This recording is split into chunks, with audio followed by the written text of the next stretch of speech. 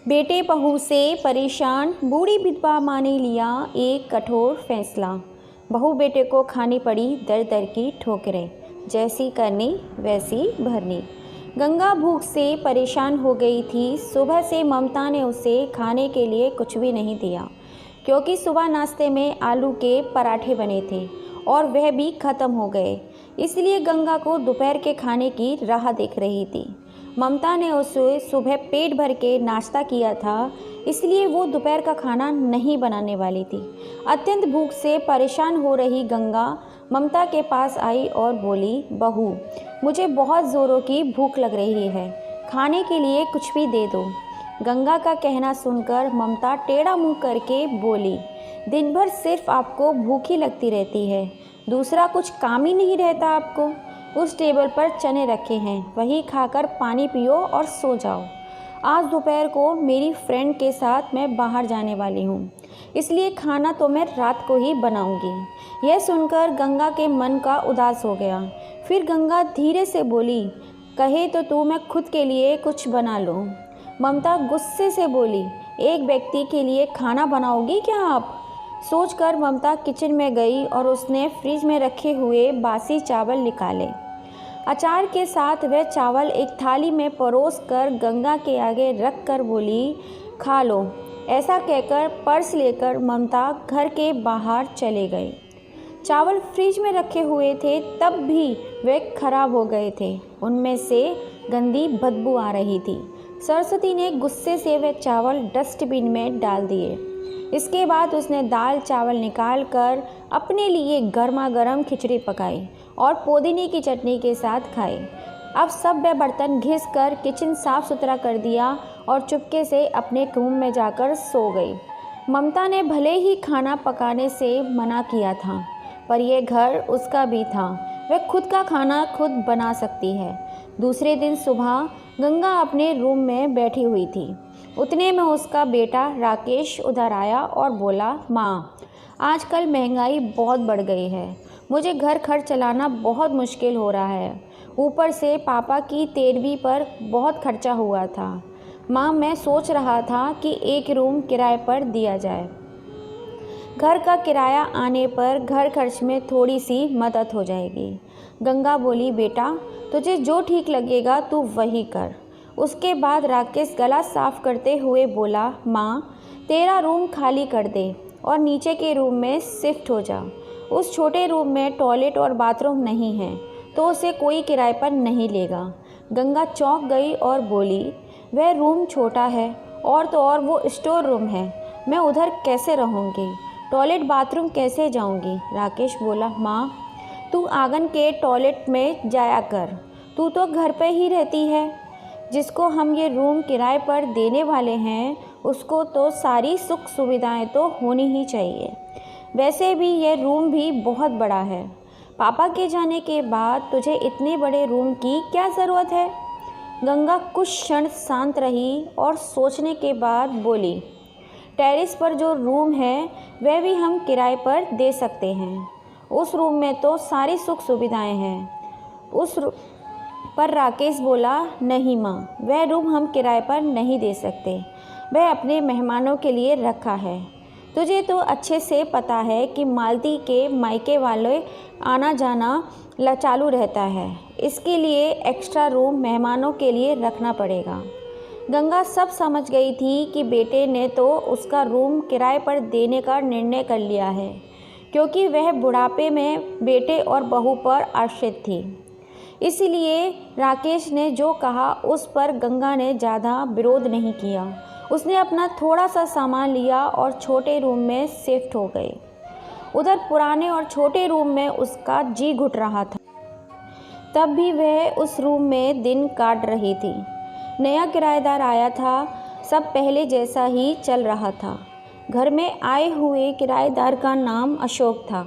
एक एनजीओ में वे काम करता था। वह हर रोज़ ममता और राकेश को गंगा के साथ कैसा व्यवहार करते हैं सब कुछ देख रहा था। वह देखकर उसको इतना बुरा लगता था। धीरे धीरे गंगा अशोक को अपने बेटे जैसा ही मानने लगी। अशोक भी आते जाते गंगा का हाल चाल पूछा करता था। और उसका ख्याल भी रखने लगा। राकेश और ममता तो गंगा की को कुछ लेना ही देना नहीं था। ममता बचा हुआ खाना उसकी थाली में रख कर जाती और बेटा तो उसकी तरफ देखता भी नहीं था। गंगा तो पहले ही समझ चुकी थी कि उसका बेटा अब उसे पहले जैसा नहीं रहा, वह बदल गया है। फिर भी वो आंखें बंद करके किसी पालतू पशु जैसी उस घर में रह रही थी, क्योंकि बुढ़ापे में उसको कुछ दूसरा कोई सहारा नहीं था। रोटी के 2 टुकड़ों के लिए उसको उनके सहारे रहना पड़ता था। कभी कभी गंगा को बहुत रोना आता था। गंगा अशोक को अपने मन की बातें बताने लगी थी। उनके पति की मौत बेटे की लापरवाही से हुई थी, पर वो ज़्यादा बोल नहीं पा रही थी। जब पति काम पर जाते थे तब घर में हम दोनों को बहुत मान सम्मान मिलता था। जब वे काम करने में असमर्थ हो गए तब राकेश को उन्होंने घर खर्च में मदद करने के लिए कहा। ऐसा कहा, यह सब बातें राकेश के मन को बहुत दुखी लगी। जब तक पति घर चला रहे थे तब तक राकेश अपने सारे पैसे बचा लेता था, पर अब शर्म से और मजबूरी में उसको घर खर्च चलाना पड़ रहा था। धीरे धीरे माँ बाप का खर्च उसको बोझ लगने लगा, लेकिन वह स्पष्ट रूप से कुछ भी नहीं कह पा रहा था। इसी बीच पति स्वास्थ्य बिगड़ता गया और वह चल बसे। डॉक्टर के पास जाने से पता चला कि उनको निमोनिया हुआ था। डॉक्टर थोड़ी महंगी दवाइयाँ लिख कर देते थे, तो राकेश पैसे बचाने के लिए हमेशा आधी दवाइयाँ ही लेकर आता था। शुरू में पति का स्वास्थ्य सुधर गया था, तब राकेश ने उनकी गोलियाँ औषधियाँ बंद कर दी। पति भी इन चीज़ों पर ज़्यादा ध्यान नहीं देते थे, लेकिन एक रात में उन्हें सांस लेने में बहुत ज़्यादा परेशानी होने लगी। गंगा बहुत ज़्यादा घबरा गई और वह भागी भागी राकेश के कमरे का दरवाज़ा ठोकने लगी और कहने लगी, बेटा, पापा का स्वास्थ्य बहुत ज़्यादा बिगड़ गया है, चल हम उन्हें डॉक्टर के पास लेकर जाते हैं। उस पर राकेश बोला, माँ, मुझे अभी सोने दें, मुझे बहुत ज़्यादा नींद आ रही है, हम सुबह पापा को डॉक्टर के पास ले जाएंगे। ऐसा कहकर उसने दरवाज़ा बंद कर लिया। गंगा रात भर अपने पति के तकिए के पास चिंतित बैठी रही। कभी छाती को तेल लगाकर मालिश कर रही थी, तो कभी बाफ स्टीम दे रही थी, पर भगवान को तो कुछ और ही स्वीकार था। सुबह तक उनकी मृत्यु हो गई। घर में कब्रिस्तान जैसी शांति थी। राकेश रोने का नाटक करने लगा।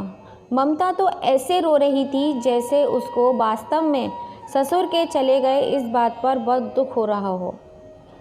सबसे ज़्यादा धक्का लगा सिर्फ गंगा को, पर वह कुछ बोल नहीं पा रही थी। गंगा की आंखों में आंसू आ रहे थे और उसके होठ थर थर काँप रहे थे, जैसे कि उसको कहना चाहती हो, अब रोने का नाटक क्यों कर रहे हो?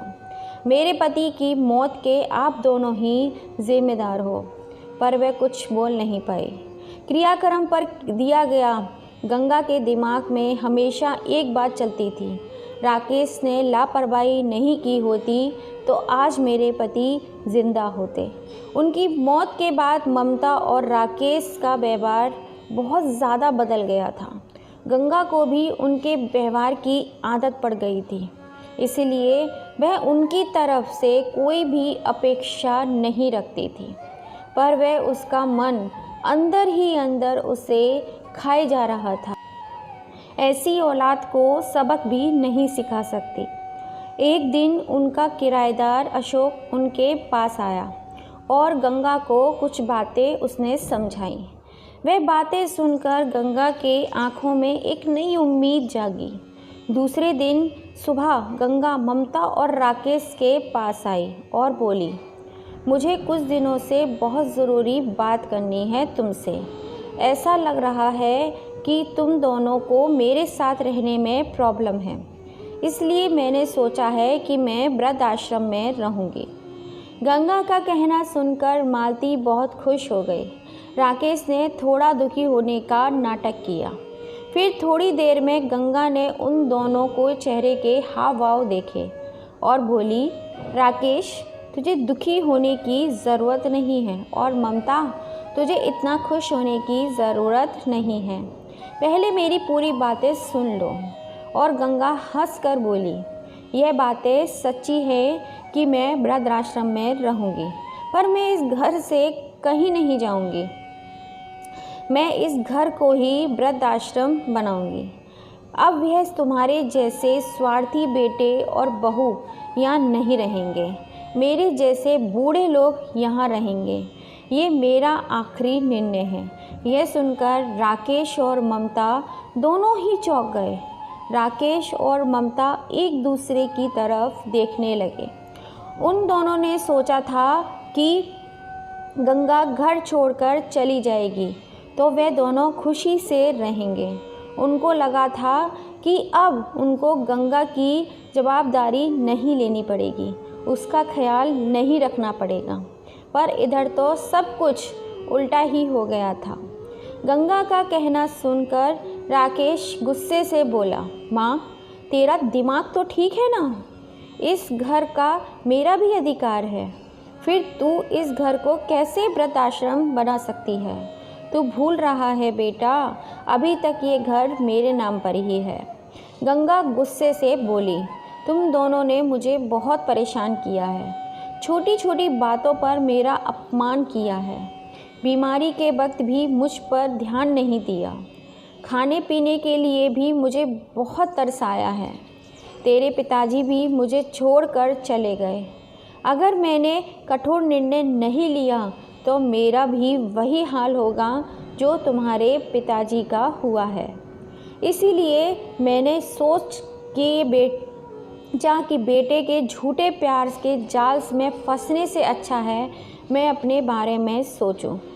राकेश घुटनों पर आकर बोलने लगा, माँ, मुझे माफ़ कर दे। हम दोनों तेरा अच्छे से ख्याल रखेंगे, तेरा कभी भी अपमान नहीं करेंगे, पर तू इस घर को वृद्धाश्रम मत बना। माँ, थोड़ा सोच कर देख हमारा क्या होगा। गंगा ऊंची आवाज़ में बोली, मैंने और तेरे पापा ने तुझे अच्छे संस्कार दिए थे, फिर भी तूने सिर्फ तेरे परिवार के बारे में ही सोचा, हमारा नहीं। फिर मैं तेरा कैसे सोचूं? तू तेरे परिवार का सोच, मेरी चिंता मत कर और जल्द से जल्द ये घर छोड़कर चला जा, क्योंकि इस घर में अब अच्छे लोग ही रहने आ रहे हैं। इतना कहकर गंगा अपने रूम में चली गई। राकेश और ममता शांत गंगा को जाते हुए देखते ही रह गए। गंगा ने अपने जैसे बूढ़े लोगों को उस घर में आश्रय दिया। अशोक की मदद से वृद्धाश्रम अच्छे से चलने लगा। दोस्तों, आजकल के लड़कों ने बूढ़े लोगों के साथ गैर व्यवहार किया तो बड़े लोगों को भी कठोर निर्णय लेना पड़ सकता है। दोस्तों, आपको ये कहानी कैसी लगी? कहानी पसंद आई हो तो हमारी इस छोटी सी फैमिली का हिस्सा ज़रूर बनिएगा। आपके अपने इस चैनल को लाइक एंड सब्सक्राइब ज़रूर कीजिएगा। फिर मिलेंगे आपसे ऐसी ही किसी कहानी के संग में। जय श्री राम दोस्तों। फिर से आप सभी का दिल से धन्यवाद। और प्लीज़ अब तक सब्सक्राइब नहीं किया है तो सब्सक्राइब ज़रूर कीजिएगा और आपकी अपनी इस छोटी सी फैमिली का हिस्सा ज़रूर बनेगा। जय श्री राम।